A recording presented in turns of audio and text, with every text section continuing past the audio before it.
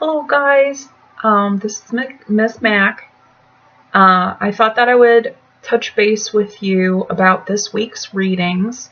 First of all, I appreciate all of your patience with me, and I'm not super tech savvy, don't know how this is going to work. I know this looks pretty lo-fi, so I appreciate your patience. I see that projects are trickling in. So that's super awesome. I wanted to let you know that I will be cutting people a lot of slack in terms of how I grade these and the rubric that I use.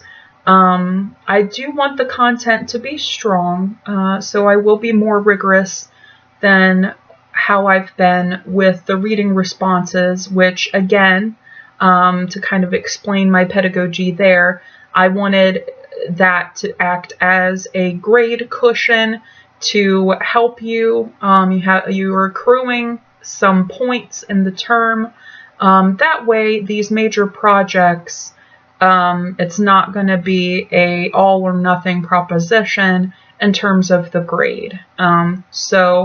Reading response 6 is due today. I see those trickling in as well. So major project 1 and the reading responses. Now concerning this week's theme, I've noticed with some of the reading responses that I have already read that you guys seem to really appreciate the messages in this week's readings in terms of how technical communication can play a role in social justice and advocacy. So I had wanted to emphasize a few points from our readings, a few overarching themes that you can take with you going forward. Just in a nutshell, what this could mean, what the implications are in terms of going forward in your field. So with this class, it's more of a broad scope philosophy of technical communication and justifying its existence. So I think that an example of that is the progress that's been made in terms of issues of accessibility, community outreach, and trying to limit gatekeeping in terms of delivery of information, how people have access to information, etc. So I wanted to touch on some of those recurring themes from this week's readings, so that you have something to hold on to going forward. Maybe your next major project could, expand on one of the things that I will be talking about. But first of all, I think this connects really well with our very early lectures concerning discourse communities.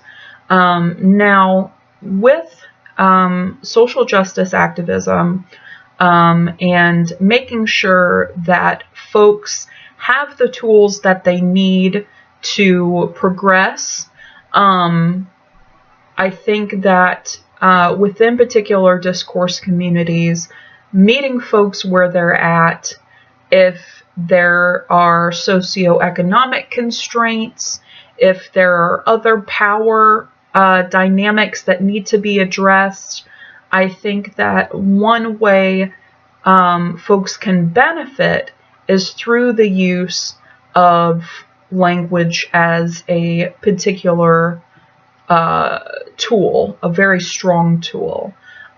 So in terms of specifics, you may have seen the term gatekeeping repeated a couple of different times. So if you're not familiar, that term kind of started describing access to medical care, medical terminology among trans folks. When doctors and other experts in the medical community would deny patients care or deny people information about proper care, this term of gatekeeping emerged. So these gatekeepers were preventing more marginalized folks from accessing information that they needed for their health. Physical health, reproductive health, different resources in terms of medicines, etc. So that's where that term originated, where gatekeepers were the doctors and other medical professionals who were preventing access. Now, gatekeeping has also been a part of other discourse communities, or other folks have used it to describe the roadblocks that they encounter when they try to get information. So we've kind of, in more general terms in the past, talked a little bit about how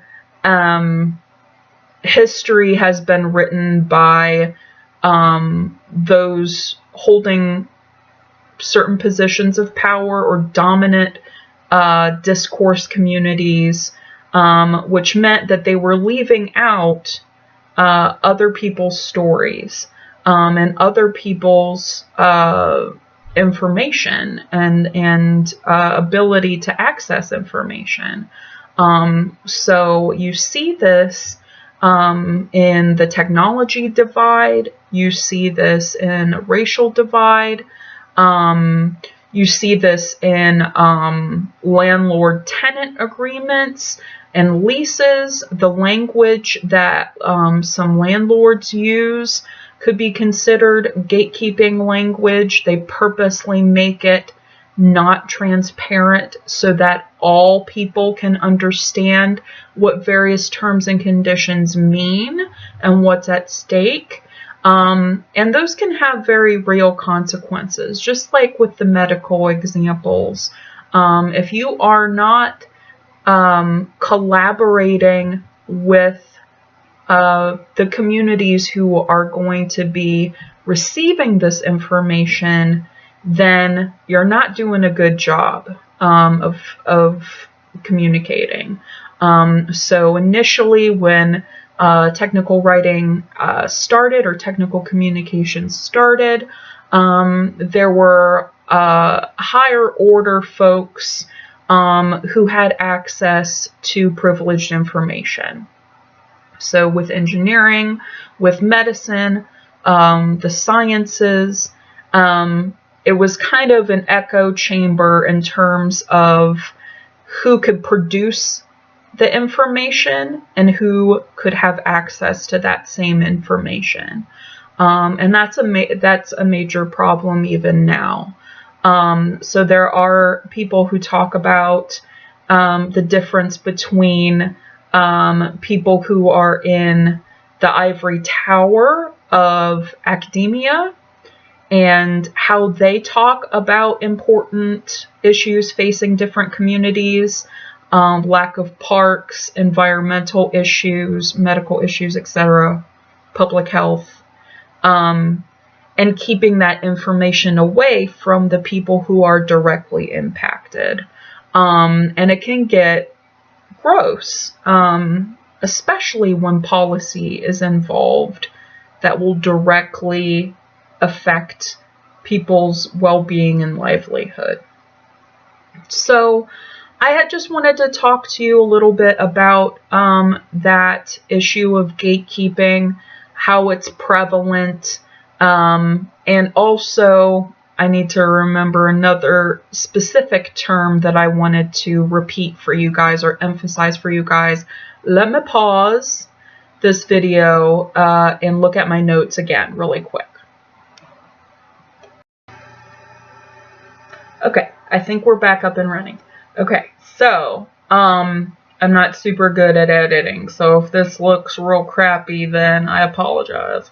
Anyway, I had wanted to expand on that technology divide that I brought up at the start. So what I mean by that is, obviously, human-centered design is incredibly, incredibly important in terms of people's access to technology and whether they're able to, use older technology and have the same benefits or get the same use value out of that technology.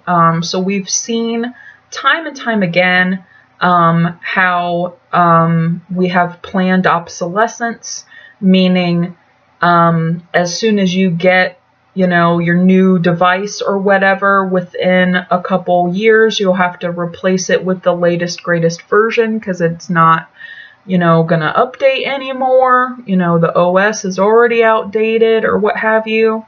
Well, we think about those issues as an inconvenience and it's expensive, but we often don't think about how that affects folks in other countries who maybe have very limited ability to access technology.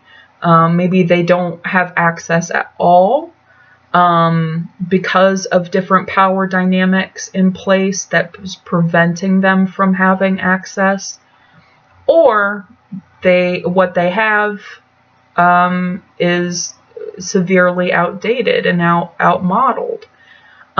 So making sure that UX, that user experience, takes that into consideration, practices sustainability, doesn't make it obsolete right away, and teaches the use of that technology to people who are maybe unfamiliar or not comfortable with technology. So older folks or folks who aren't used to it culturally, technical communicators have to make sure that they keep those sorts of things in mind when they are drawing up plans or using their skills to develop new technologies or sharing older technologies with someone else and making sure that it's still usable. So that is something that the readings just briefly touched on. I think it was the chapter in our book for this week. So I know I'm a little bit all over the place here, so forgive me for that. But I had wanted to, in a conversational kind of way, talk about real world things in terms of technical communication and its drawbacks depending on who is holding the reins, who has control over the information. So I look forward to reading your reading responses for this week. I'm going to be uploading more videos about the readings that we will have in the future. If you have any questions, or anything at all, even if it's not related to class, if you just want to vent, you're freaking out about stuff, this is like uncharted territory. I've been freaking out too, to be honest. My mental health has been like, so if you need someone to commiserate with or connect with, then I'm here as that type of resource as well. Okay, so I will see you next time. I will upload another video with more material. Also, I will be putting some things on Moodle for the second major project and the other things that are coming up. Okay, I'll see you later. Bye.